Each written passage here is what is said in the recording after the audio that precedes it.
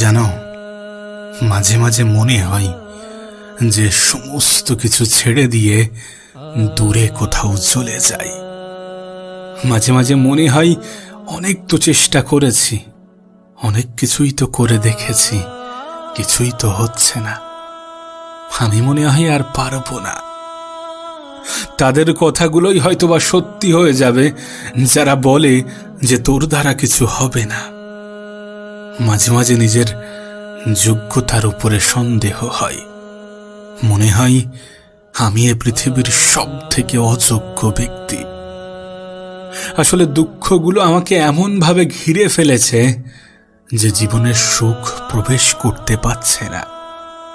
তাই মাঝে মাঝে মনে হয় সমস্ত কিছু ছেড়ে দিয়ে দূরে কোথাও চলে যাই, যেখানে মানুষ আমাকে বলবে না যে তোমার দ্বারা কিছু হবে না। কিন্তু এত কিছু মনে হওয়া সত্ত্বেও আমি পারি না। আমি পারি না কেন জানো? কারণ আমার বিশ্বাস আমার জীবনটাও পরিবর্তন হবে। আমি এমন হাজারো উদাহরণ দেখেছি, এমন হাজারো গল্প শুনেছি, এমন হাজারো বাস্তবতার সাক্ষী হয়েছি, যেখানে দেখেছি যে সফলতার জন্য কোনো রিকোয়ারমেন্ট লাগে না, ভালো সময় আসার জন্যে কোনো লাইসেন্স লাগে না। আর এগুলো আমার মনে একটা সাহস যোগায় যে আমার সময়টাও পরিবর্তন হবে, আমার জীবনটাও বদলাবে।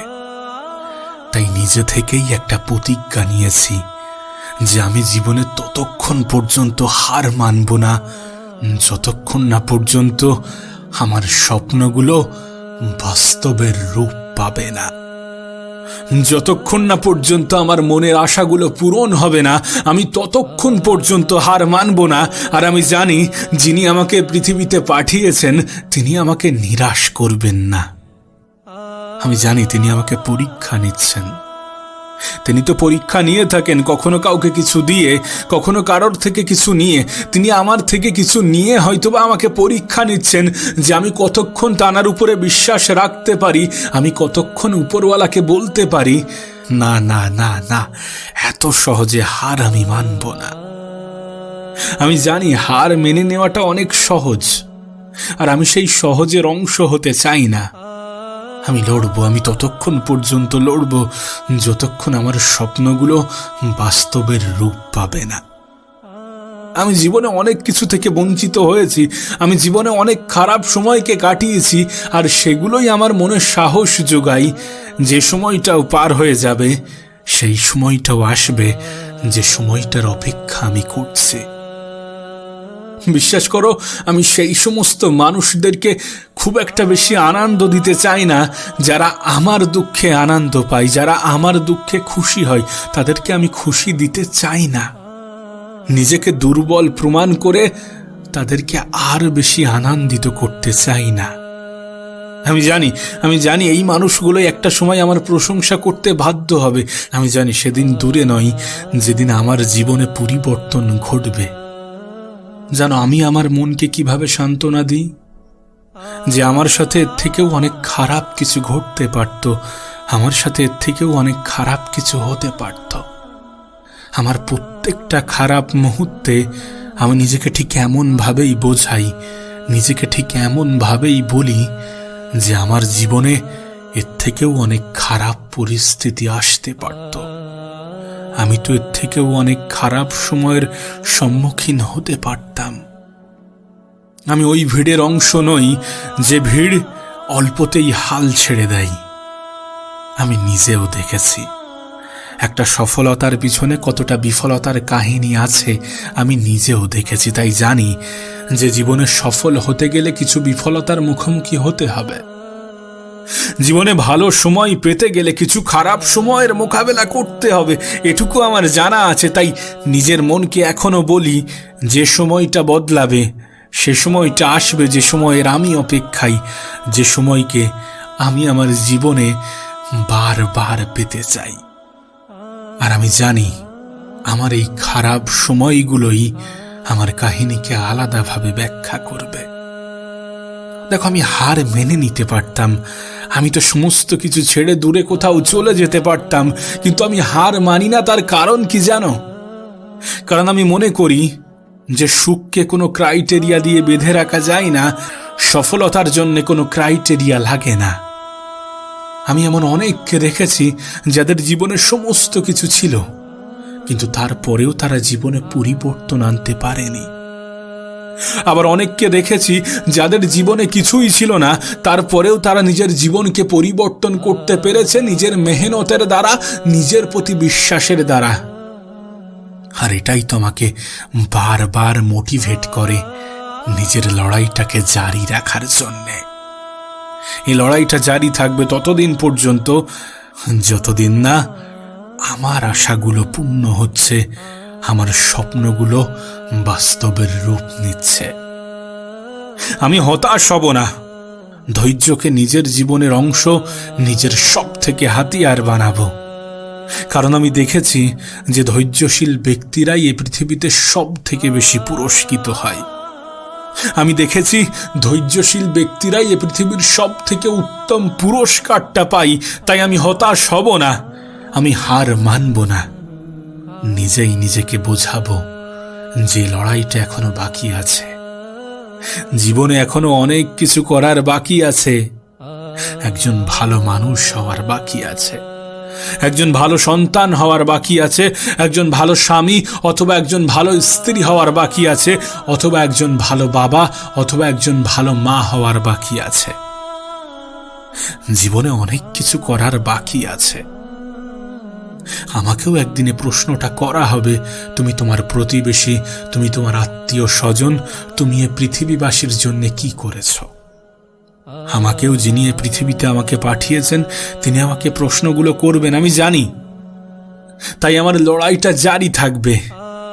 যদি আমি হেরেও যাই তবুও বলতে পারবো যে আমি তো চেষ্টা করেছি, আমি তো চেষ্টা করেছি। আর আমি জানি টানার বিচারে পৃথিবীবাসীর মতো নয়, যারা রেজাল্টটাকে দেখে, মেহনতটাকে দেখে না।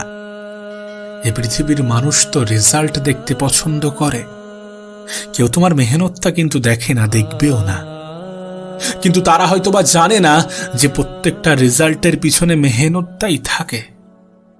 আর আমি আমার মেহনত কাউকে দেখাতে চাই না, কারণ আমি জানি আমার মেহনতটা কেউ দেখতে চাইবে না।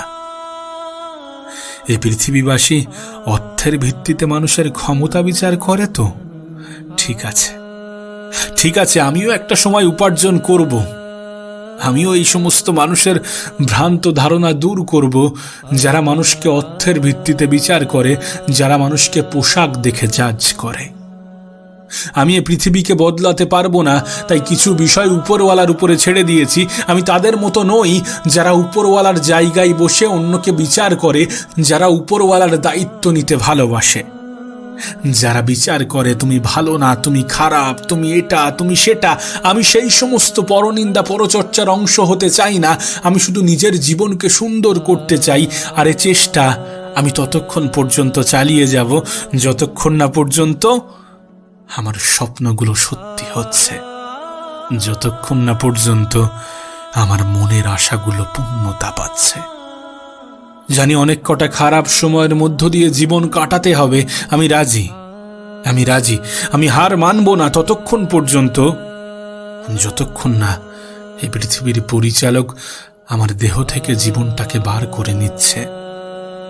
আজকাল অন্যদের থেকে নিজেকে একটু গুটিয়ে নিয়েছি, নিজেকে একটু গুছিয়ে নিয়েছি, নিজেকে একটু আলাদা করে নিয়েছি। সকলের কথাই গুরুত্ব দেওয়া ছেড়ে দিয়ে নিজেকে নিয়ে ব্যস্ত আছি।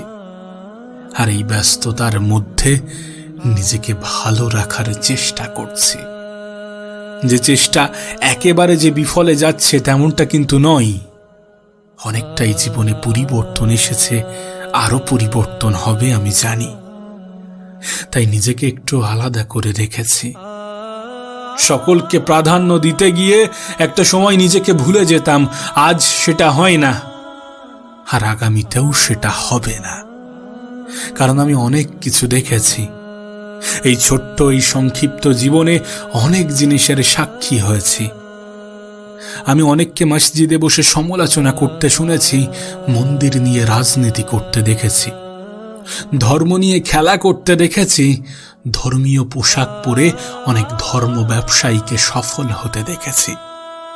কিন্তু সকল ধর্মই যে শান্তির কথা বলে, খুবই কম মানুষের মুখে এমন বাক্য শুনেছি। সব সীমা লঙ্ঘন করে ধর্ম নিয়ে মানুষকে লড়তে দেখেছি। 2 পয়সার নেতার কাছে মানুষের বিক্রি হতে দেখেছি। এত কিছুর সাক্ষী হতে চাইনি, তবুও হয়ে গিয়েছি। আর আমি জানি সমস্ত কিছু আমার হাতে নেই, আমার নিয়ন্ত্রণে নেই। আমি চাইলেও সমস্ত কিছু পরিবর্তন করতে পারবো না। তাই কিছুটা উপরওয়ালার উপরে ছেড়ে দিয়েছি। আমি নিজেকে বদলে নিয়েছি। এখন আর আগের মতো তর্কে লিপ্ত হই না। এখন আর সকলের সামনে নিজেকে জয়ী প্রমাণ করতে চাই না। এখন আর প্রয়োজনের থেকে বেশি কথা বলি না। কিন্তু এই সমস্ত কিছু দেখে যদি কেউ আমাকে দুর্বল মনে করে, তাহলে আমি বলবো সে বোকার স্বর্গে বসবাস করছে। কারণ আমার নীরবতা আমার দুর্বলতা না।